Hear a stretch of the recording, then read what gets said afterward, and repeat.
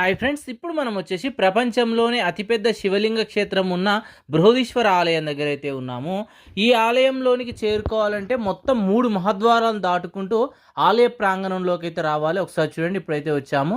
ఇలా లోపలికి రాగానే మీకు నందీశ్వరుడు అయితే దర్శనమిస్తుంది. చూడండి, ఈ నందీశ్వరుడు వచ్చేసి సుమారు 20 టన్నుల బరువు అయితే ఉంటుండు. మొత్తం ఏకరాతితోని బ్లాక్ స్టోన్తోనైతే ఈ నందీశ్వరుని నిర్మించడం అయితే జరిగింది.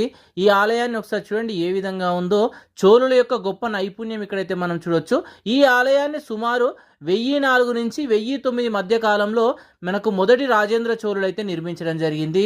ఇక్కడ ఆలయ మిస్టరీ ఏంటంటే ఈ రాజగోపురమే. ఒకసారి చూడండి, గర్భగుడి పైన గోపురం 13 అంతస్తులు అయితే ఉంటుంది. చాలా బాగుంటుంది. ఇది మొత్తం ఓన్లీ గ్రానైట్తో మాత్రమే ఈ ఆలయాన్ని నిర్మించడం అయితే జరిగింది. మొత్తం ఒక కోట ఎలా ఉంటుందో అలా ఈ ఆలయం అయితే ఉంటుంది. ఇక్కడ ఉన్న శివలింగం సుమారు 29 అడుగుల ఎత్తు అయితే ఉంటుంది.